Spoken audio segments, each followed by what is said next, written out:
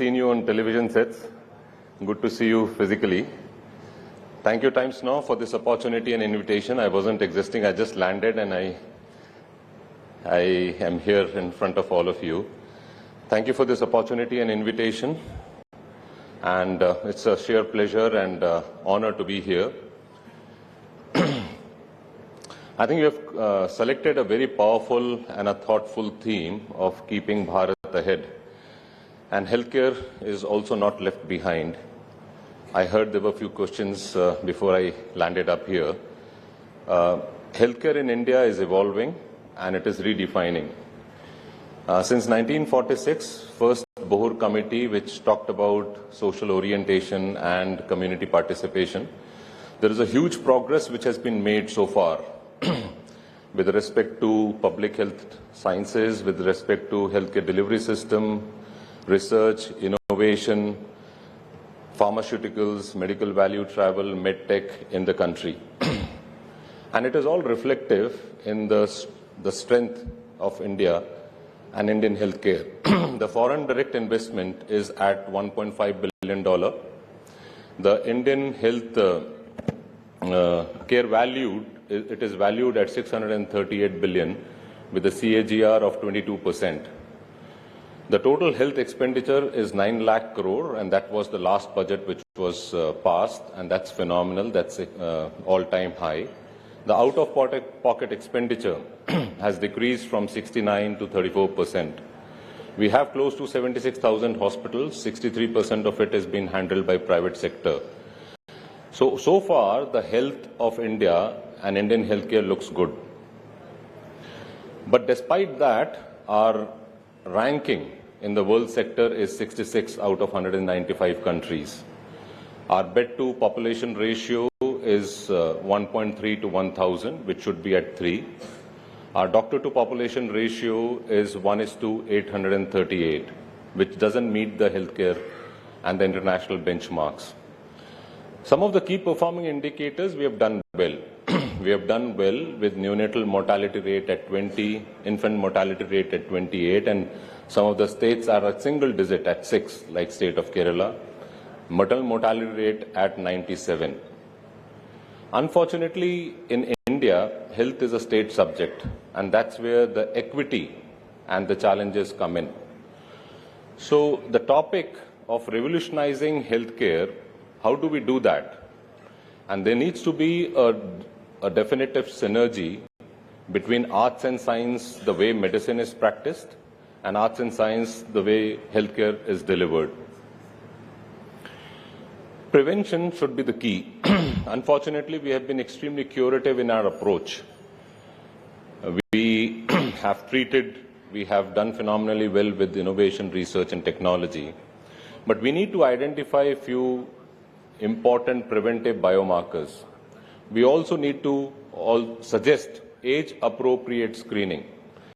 So pap smear at the age of 35, mammography at age of 40, cardiac profile from 42 to 45, colonoscopy at the age of 50. These are evidence-based science and these are good practices, and that is what should be followed. We have also done well with vaccine preventable diseases in pediatric population. There are 14 vaccines for adult, and COVID is a fantastic example, which we need to adhere to. The WHO definition for good health is free from disease. But free from disease will only happen if we practice healthy diet, lifestyle modification, yoga, meditation. And that needs to be a very powerful push with national policy and a powerful push from the state and the national government. So overall, what we have seen is that in the recent times, there has been a distrust between public and healthcare providers, mainly with respect to increase in the cost in the healthcare. So there needs to be a self-policing, there needs to be an auto-correction, there needs to be a rational behavior practice, rational prescription practice, there needs to be an appropriate therapy which is prescribed, there needs to be an adequate communication, more time being spent with the family and the patients at the healthcare And that behavior has to change, and then behavior has to be inculcated. Modern medicine has its limitation. We have seen this, and it needs to have a good marriage with the integrated or alternate system of medicine, and we need to bring in holistic care. There is a human potential, and I think everybody talks about that demographic dividend. The human potential in healthcare and the talent pool needs to be protected.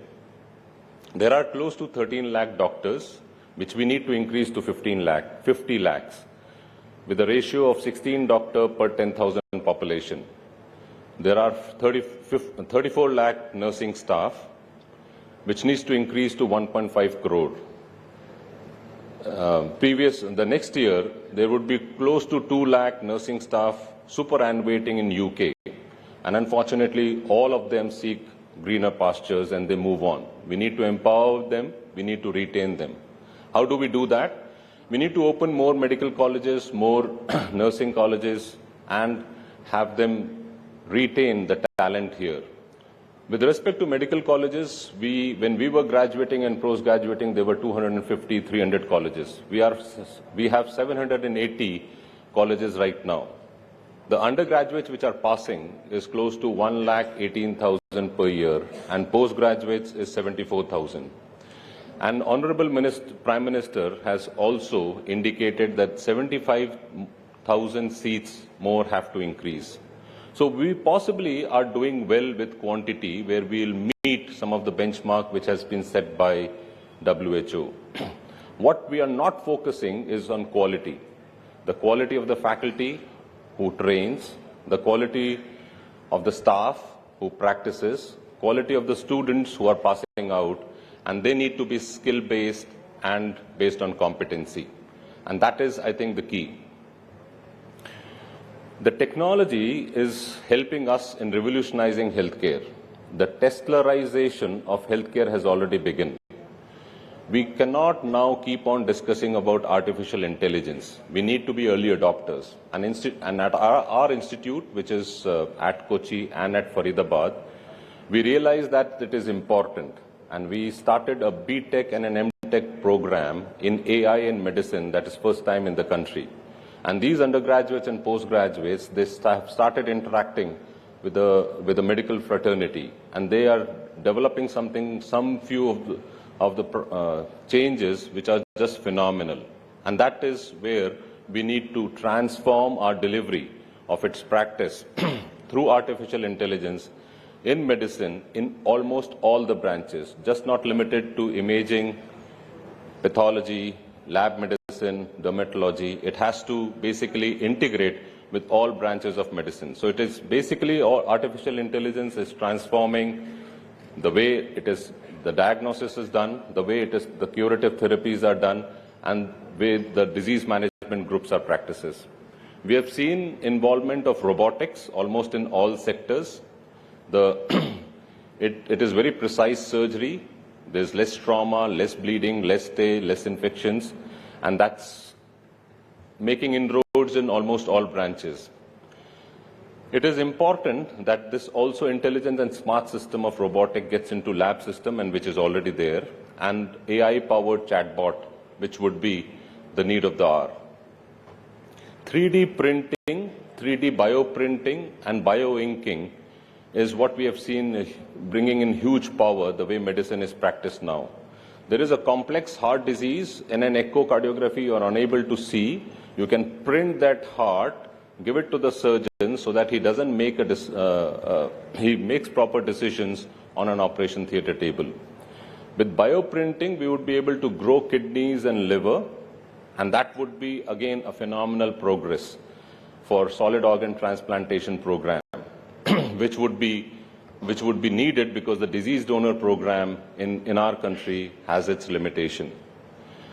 There is augmented reality, virtual reality, which has been penetrative.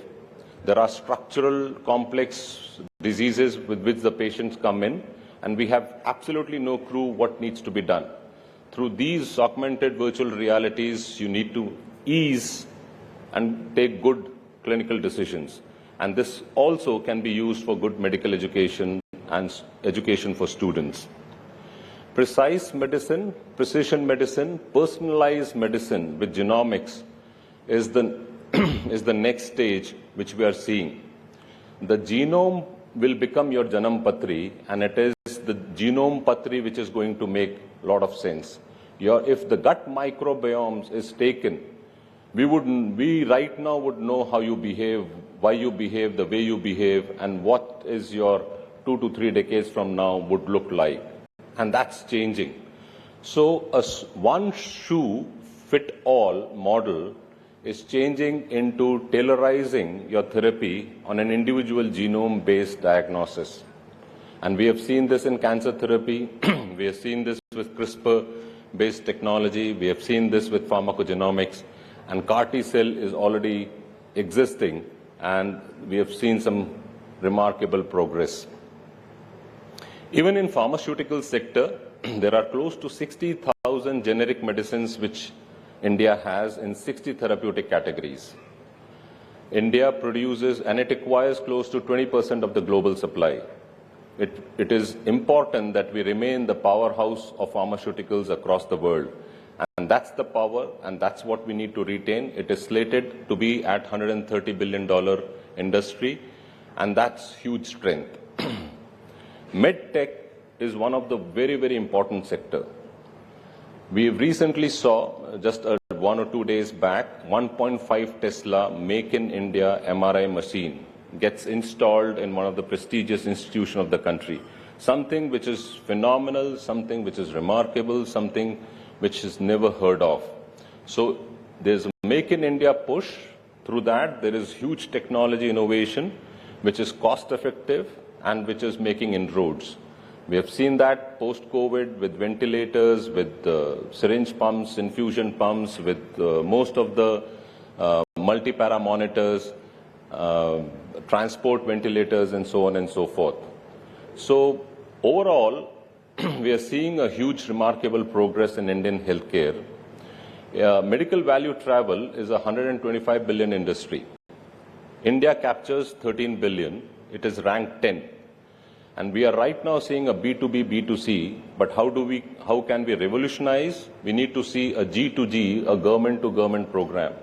What has been seen in IT, we need to see in healthcare, where bulk of the patients who need care, who needs addressal of their disease management comes to India. We have the talent, we have the skills, we have the competency, and we'll do wonders. So in the end, I'll end with one of the couplets which my father-in-law used to always say, "ए वक्त जरा तमीज से पेशा, वक्त नहीं लगता वक्त बदलते हुए."